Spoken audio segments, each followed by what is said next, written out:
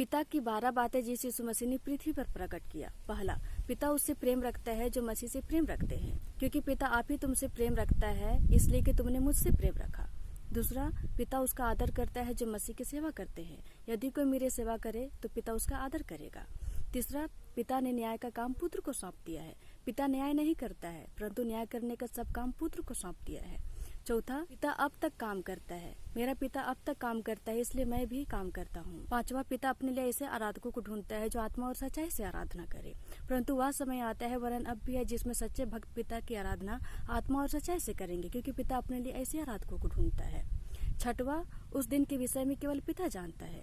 उस दिन और उस घड़ी के विषय में कोई नहीं जानता है, ना स्वर्गदूत ना पुत्र, केवल पिता। सातवां, जब हम दूसरों को क्षमा करते हैं पिता भी हमें क्षमा करता है।